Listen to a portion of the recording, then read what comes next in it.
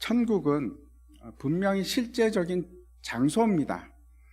우리가 이제 천국에 가는 방법을 잘 알고 있습니다. 예수 믿고 천국에 갈 수 있습니다.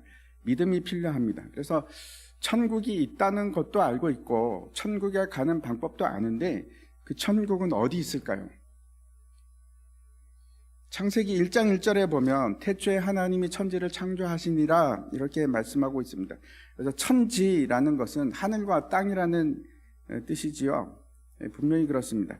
하늘이라는 것이, 그런데 그 하늘이라는 것이 우리가 생각하는 대기권인가, 우리가 보고 있는 저 하늘인가, 그리고 땅은 어디입니까? 땅은 우리가 살고 있는 이 지구를 뜻할까요? 그럴 수는 없습니다. 만약 그렇다면, 그렇게 되면 이 우주에는 지구 외에 행성이나 별 같은 게 있어서는 안 되는 아주 모순적인 상황이 일어날 수밖에 없습니다. 그래서 땅은 지구를 뜻하는 것이 아닙니다. 다시 말씀드려서 하나님께서 천지를 창조하셨다 할 때 그 하늘과 땅은 우리가 생각하고 있는 하늘과 땅이 아닐 수 있습니다. 하늘을 이제 뜻하는 단어가 샤마임이라는 그 단어인데, 그리고 땅은 에레츠라는 그 히브리어를 사용합니다. 근데 그것이 단순히 하늘과 땅을 의미한다 이렇게 얘기하기에는 무리가 있습니다. 천국은 우리와는 다른 차원입니다. 예를 들어서 이 차원이 평면이라고 하면 평면에 딱 붙어서 사는 사람이 있다고 하면 평면밖에 보이지 않을 겁니다. 하지만 평면에서 보이지 않는다고 해서 3차원 공간이 존재하지 않는가? 아니요, 존재합니다. 근데 보지 못할 뿐입니다. 2차원에 있는 공간에서는. 그런데 2차원에 있다가 때때로 3차원을 느끼는 겁니다. 존재를 때때로 느낄 수 있지만 볼 수는 없습니다. 하지만 3차원에 있는 존재는 늘 항상 2차원을 다 볼 수 있습니다. 처음부터 끝까지 다 볼 수가 있습니다. 무슨 얘기인가 하면 하나님은 우리보다 더 높은, 우리가 이 거하고 있는 시공간보다 더 높은 차원에 계십니다. 그래서 우리는 하나님을 볼 수 없습니다. 하지만 때때로 하나님을 느끼고 인식할 수 있습니다. 하나님께서 천지를 창조하시니라 라고 말씀하실 때 이렇게 생각할 수 있습니다. 땅이라고 하는 것은 우리가 보고 느끼는 이 시공간, 그걸 에레츠라고 표현할 수 있고, 하늘이라고 하는 것은, 천지 할 때 하늘이라고 하는 것은 그 시공간을 넘어서는 영적인 공간을 의미할 수 있습니다.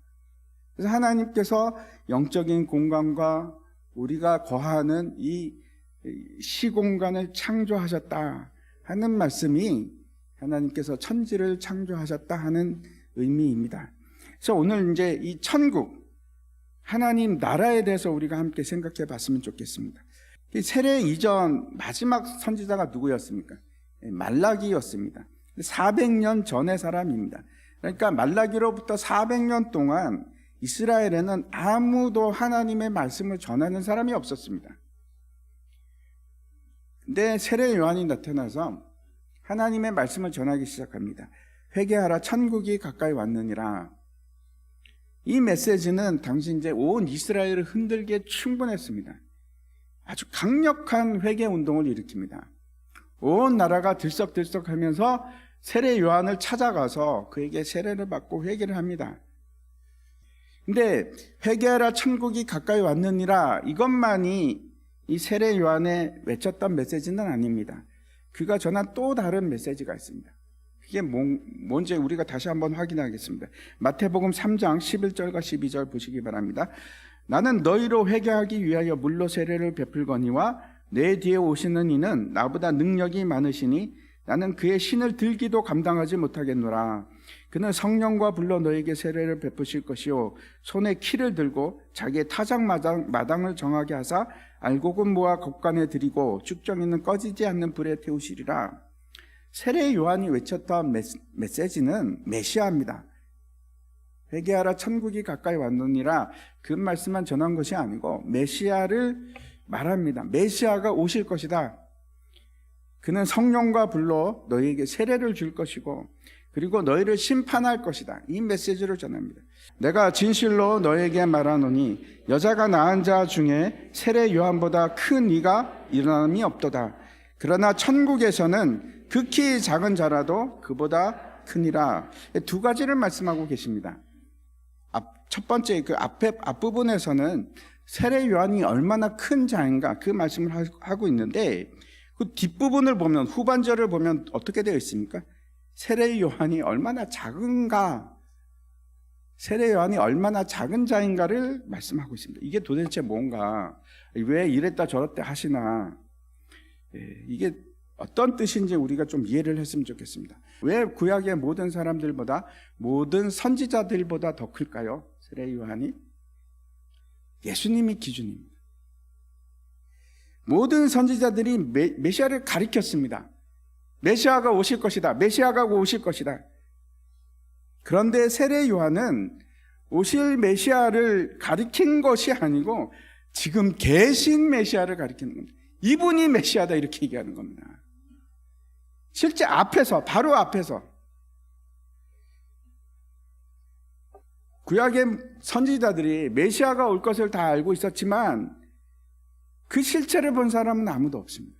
근데 세례 요한은 어떤 사람인가 하면 예수님을 보면서 세상 죄를 지고 가는 하나님의 어린 양이다 이렇게 얘기했을 뿐만 아니고, 세례 요한은 예수님께 직접 세례를 준 사람입니다.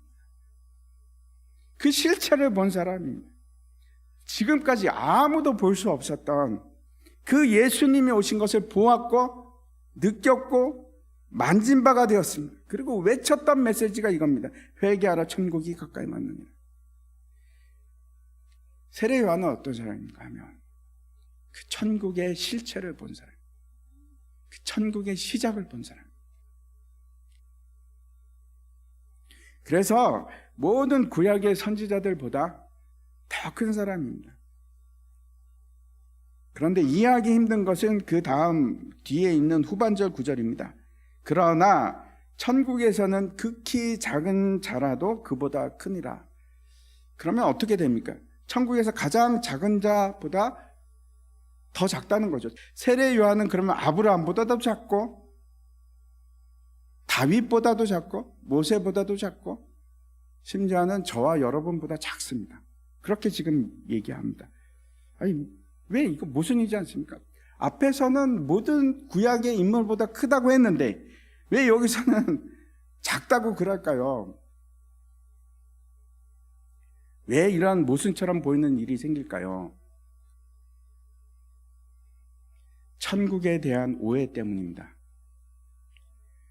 우리는 대부분 천국은 죽으면 가는 곳, 천국은 흰 옷 입고 아주 좋은 집에서 이렇게 막 천사처럼 날아다니고 그런 것으로 생각을 합니다. 여러분도 혹시 그렇게 생각하십니까? 물론 그것도 천국이 맞습니다. 하지만 그게 천국을 말하는 것인가?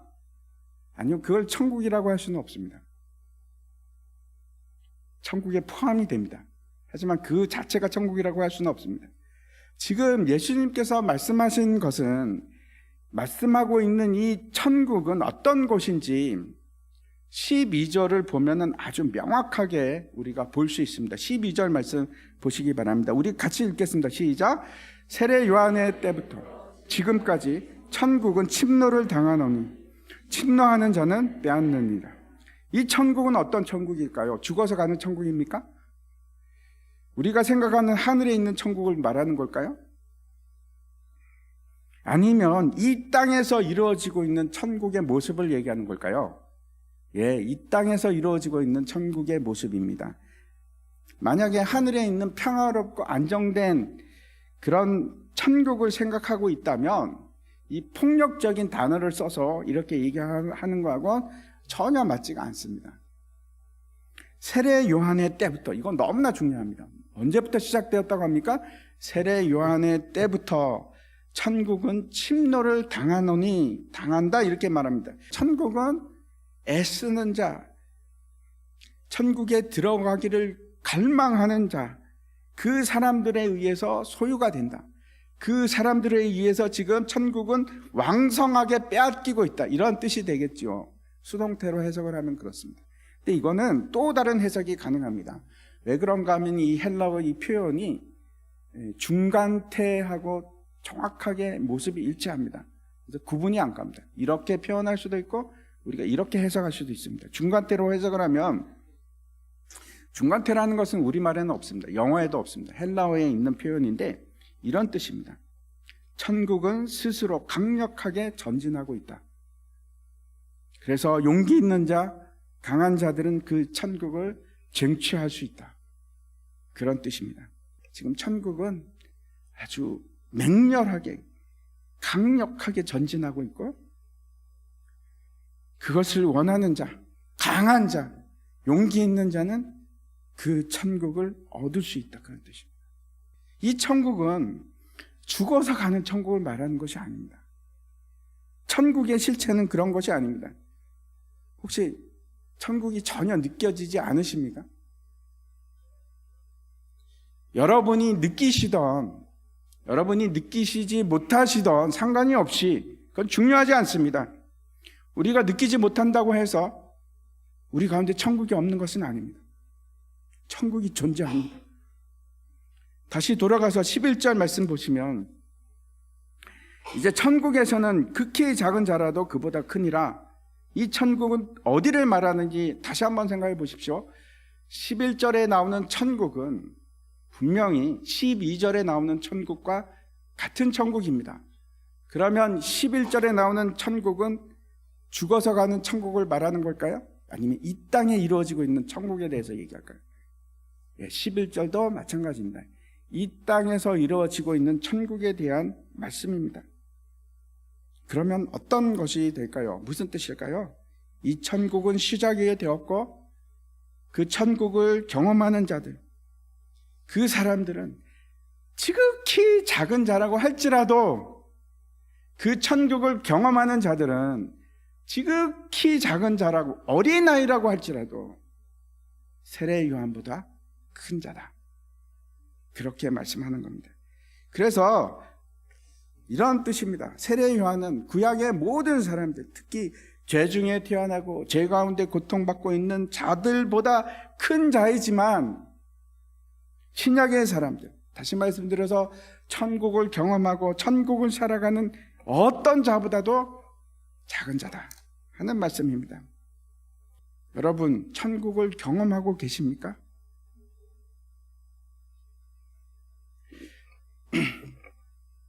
스데반 집사는 죽음을 앞두고 사람들에게 예수 그리스도를 증거할 때 그때 천국을 봅니다. 하늘이 열리고 인자가 하나님 옆에 서 있는 것을 봅니다. 강렬하게 봅니다. 사도 바울은 옥에 갇혔을 때 천국을 경험합니다. 그가 로마 지하 감옥에 있을 때 기뻐하면서 뭐라고 했는지 기억하시기 바랍니다. 내게 능력 주시는 자 안에서 내가 무엇이든지 할 수 있느니라. 저도 때때로 천국을 경험합니다. 아주 가끔이긴 한데 정말 예수님이 내 곁에 계신 것이 느껴지고, 때로는 기도할 때 그럴 때가 있고, 때로는 낭망한 가운데 있을 때 그때 예수님을 느낍니다. 그리고 천국이 임하기 시작하면 내 마음속에 세상이 줄 수 없는 평안이, 말할 수 없는 평안이 막 물밀듯이 쓰나미처럼 저를 덮치기 시작해요. 근데 우리는 어떻게 하면, 도대체 내가 어떻게 하면 그 천국을 경험하고 누리면 살아갈 수 있을까요? 첫 번째는 천국에 속한 자가 되는 건데, 천국에 속한 자가 되기 위해서는 우리에게 왕이 필요합니다. 천국은 킹덤입니다. 왕국입니다. 거기는 왕이 있습니다. 하나님이 우리의 왕이십니다. 하나님이 우리와 함께 하시는 곳이, 그곳이 천국인데, 예수님이 우리의 왕이 될 때, 예수님이 나를 통치하고 지배하기 시작할 때, 그때 우리에게 천국이 임하기 시작합니다. 여러분의 주권자가 누구십니까? 혹시 여러분이십니까? 그곳에는 천국이 없습니다. 여러분이 왕 역할을 하는 동안에는 절대로 여러분에게 천국이 임하지 않습니다. 내가 참된 왕을 섬기기 시작할 때, 내가 그를 경배하기 시작할 때, 그 앞에 무릎을 꿇을 때, 그때 내게 천국이 임하기 시작. 두 번째, 우리가 천국에 속한 자가 되기 위해서 우리가 어디에 있는지를 한번 살펴보시기 바랍니다. 우리는 빛에 속한 자, 빛의 자녀입니다. 빛의 자녀가 되어야 됩니다. 내가 속한 영역이 어딘지를 보십시오. 빛입니까? 어둠이십니까? 달아나십시오. 빛을 향해서 가십시오.